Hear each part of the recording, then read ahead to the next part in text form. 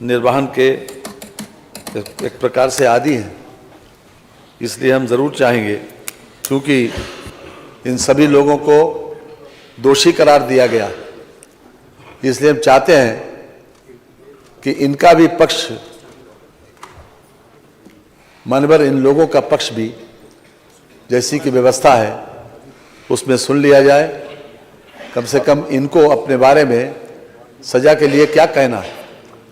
लोकतंत्र में जो जनप्रतिनिधि चुन के आते हैं वो जनता के हितों के लिए ही बराबर, जब सत्ता में रहते हैं तो संसाधन जुटाकर, जब विपक्ष में रहते हैं तो अपनी आवाज़ बुलंद करके ये कोशिश करते हैं कि ज़्यादा से ज़्यादा जनहित हो सके। और जनहित के किसी काम के लिए जब कोई शांतिपूर्ण तरीके से किसी प्रकार से अपना ज्ञापन, अपना प्रतिवेदन देने जिलाधिकारी के वहाँ जा रहे हैं, तो जिस प्रकार का व्यवहार किया गया मान्यवर, वो अपने आप में अशोभनीय भी है, निंदनीय भी है और सजा योग भी है। इसलिए मान्यवर आपने यहाँ पर ये व्यवस्था की है कि सभी पूरी विधानसभा आज कोर्ट में परिवर्तित हुई, लेकिन किसी भी निर्णय से पहले, हम किसी भी प्रस्ताव से पहले ये जानना चाहेंगे कि आपका पक्ष क्या है। आपको भी कन्विक्शन के अंतराल पर कन्विक्शन के मामले में कि कितना दंड इनके लिए हो, इनको भी मान लिया, सुन लिया जाए कि क्या स्थिति है। मैं सुन लेता हूँ। आप यहाँ पर उपस्थित श्री अब्दुल समद, श्री ऋषिकांत शुक्ला, श्री त्रिलोकी सिंह, श्री छोटे सिंह यादव, श्री विनोद मिश्रा, श्री मेहरबान सिंह यादव, मैं आपको एक एक करके इस बात के लिए प्रिविलेज देता हूं कि आप अपनी बात कुछ कहना चाहते हैं तो कहिए। श्री अब्दुल समद। परम आदरणीय माननीय अध्यक्ष जी, परम आदरणीय माननीय सदस्यगण, परम आदरणीय तत्कालीन विधायक माननीय सलीम बिश्नोई जी, मैं आप सभी लोगों का सादर चरण स्पर्श करते हुए प्रणाम करता हूं। राजकीय दायित्वों के निर्वहन में जो भी त्रुटियां हुई हो, जाने अनजाने में जो गलती हुई हो, मैं माननीय अध्यक्ष जी से, माननीय सदन सदस्यगण से, माननीय बिश्नोई साहब से हाथ जोड़कर माफ़ी मांगता हूं कि जो भी गलती हुई हो जाने अनजाने में, उसके लिए हमें क्षमा कर दें। और बस इतना ही हमारा कहना है कि हम लोग जो भी हो, माननीय पूरे सदन से हम लोग माफ़ी मांगते हैं। कोई अन्य इनमें से कोई अन्य व्यक्ति कोई बात अपना कहना चाहता है तो उसको?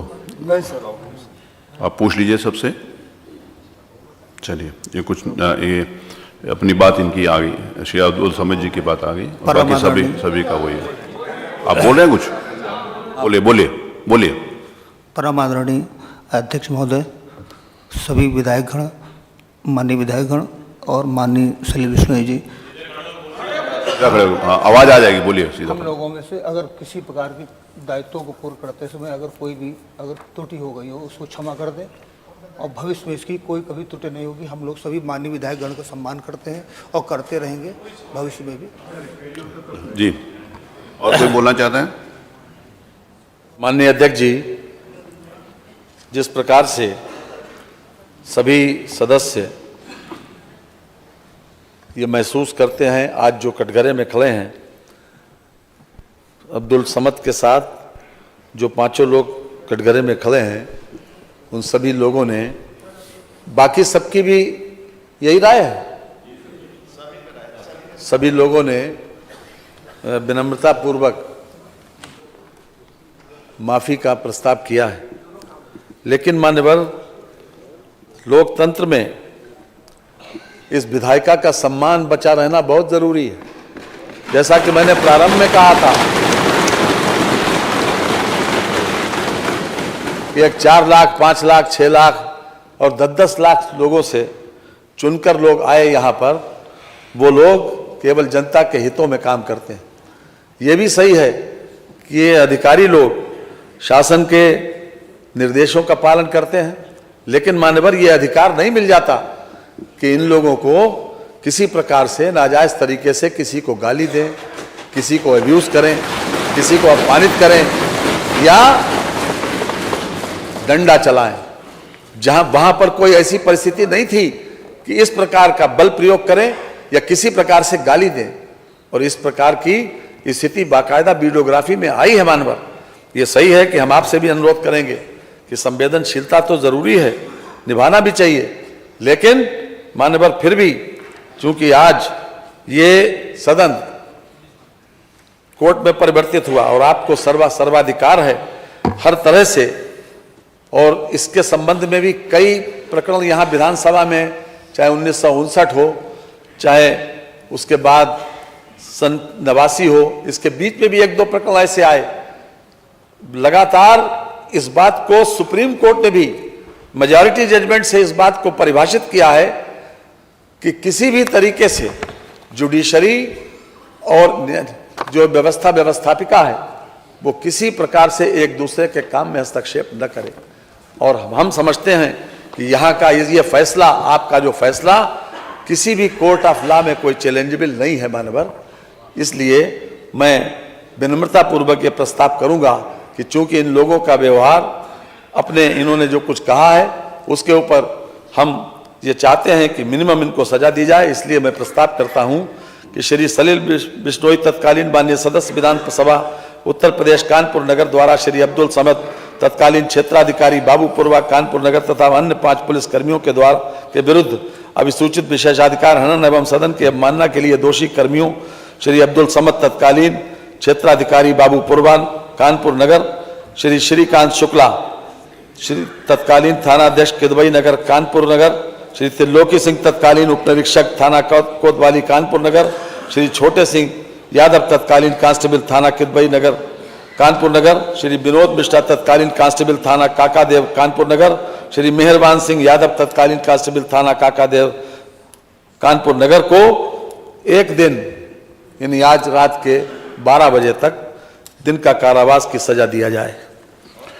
संविधान की उद्देशिका निम्न प्रकार से प्रारंभ होती है। हम सबको मालूम है कि हम भारत के लोग, भारत के संपूर्ण प्रभुत्व संपन्न, आगे पूरा डिटेल में लिखा हुआ है, इस संविधान को अंगीकृत, अधिनियमित और आत्मार्पित करते हैं। अतः हम भारत के लोग सर्वोपरि हैं एवं इस आदरणीय सदन के सदस्य भारत के लोगों का प्रतिनिधित्व करते हैं। अतः उनकी मर्यादा एवं गरिमा को संरक्षित रखना हम सबका दायित्व है। संविधान के अनुच्छेद 194 में विधानमंडल के सदनों की तथा उसके सदस्यों और समितियों की शक्तियों एवं विशेषाधिकार प्राविधानित किए गए हैं। यह एक सत्यापित सिद्धांत है कि संविधान के अनुच्छेद 194(3) के अंतर्गत सदन विशेषाधिकार एवं अवमानना के मामलों में निर्णय लेने हेतु सर्वाधिकार धारित करता है तथा सदन का निर्णय इस मामलों में अंतिम होता है। हम सबको यह एहसास है कि हमारा यह निर्णय महत्वपूर्ण होगा और इसके दूरगामी परिणाम एवं संदेश होंगे। संविधान में न्यायपालिका, कार्यपालिका एवं विधायिका की शक्तियों को पृथक पृथक रूप से परिभाषित किया गया है। इन शक्तियों के पृथक्करण एवं सिद्धांत हमारे संविधान की जीवन रेखा हैं। यदि इन तीनों संवैधानिक संस्थाओं द्वारा एक दूसरे के अधिकारों एवं शक्तियों में अतिक्रमण किया जाएगा तो उसके परिणाम नकारात्मक होंगे और ये संस्थाएं शनैः शनैः समाप्त हो जाएंगी। हमारा ये दायित्व है कि संविधान निर्माताओं ने जो योजना बनाई है हम लोग सम्मान करें और अपने अधिकारों का प्रयोग अपनी सीमा के अंदर रहकर करें। जनप्रतिनिधियों के लोकतांत्रिक अधिकारों एवं कार्यपालिका द्वारा सीमित नहीं किया जा सकता। इसी प्रकार से विधायिका द्वारा भी कार्यपालिका की सीमा में अनधिकृत हस्तक्षेप नहीं किया जा सकता। विधायिका तथा न्यायपालिका के परस्पर संबंध में अपने दायरे में रहने चाहिए। विशेषाधिकार एवं सदस्यों की अवमानना की जो शक्ति सदन को प्रदत्त की गई है वह इसी उद्देश्य से प्रदान की गई है कि सदन अपनी कार्रवाई सम्मान पूर्वक एवं मर्यादित ढंग से कर सके एवं सदन के सदस्य अपने अधिकारों का शांतिपूर्वक प्रयोग कर सकें। आज हमारे समक्ष कतिपय सरकारी कर्मचारियों की दोष के आधार पर दंड देने के प्रश्न पर विचार किया जा रहा है। सदनों और सदस्यों के विशेषाधिकार तथा अवमानना के प्रावधानों को अधिनियमित नहीं किया गया क्योंकि उनका प्रयोग परिस्थितियों एवं विभिन्न मामलों के अनुसार किया जाने का मंतव्य है। कई बार इस पर चर्चा की गई विशेषाधिकार अवमानना के बिंदुओं को अधिनियमित कर दिया जाए, परंतु इस संबंध में अभी तक कोई मतैक्य नहीं हो पाया। सदन के सभी माननीय सदस्य जनता के प्रतिनिधित्व हैं एवं संविधान की उद्देशिका में यह स्पष्ट रूप से प्रावधानित है कि संविधान के अंतर्गत हम भारत के लोग सर्वोपरि हैं। यदि जनता उसके प्रतिनिधियों के विरुद्ध लोकतांत्रिक अधिनियमों के प्रयोग में कोई बाधा आती है तो उसको रोकने के लिए विशेषाधिकार एवं अवमानना की शक्तियां प्रदत्त की गई हैं, अन्यथा यह संस्था महत्वहीन हो जाएगी। उपरोक्त वर्णित संवैधानिक योजना के अंतर्गत है। वर्तमान प्रकरण में भी इस आदरणीय सदन को आज विचार करने के लिए मजबूर होना पड़ा। संसदीय कार्य मंत्री द्वारा प्रस्तुत किए गए तथ्यों से यह स्पष्ट है कि यह प्रकरण चिंतनीय है और इस प्रकरण में आदरणीय सदस्यों के विरुद्ध जिस प्रकार का बर्ताव दोषी अधिकारियों एवं कर्मचारियों द्वारा किया गया है वो उनके अधिकारों से परे है था एवं संविधान अनुशासन के विपरीत था। दोषी अधिकारियों के आचरण के कारण ही विशेषाधिकार समिति द्वारा ये संस्तुति की गई कि उनको दंड दिया जाए।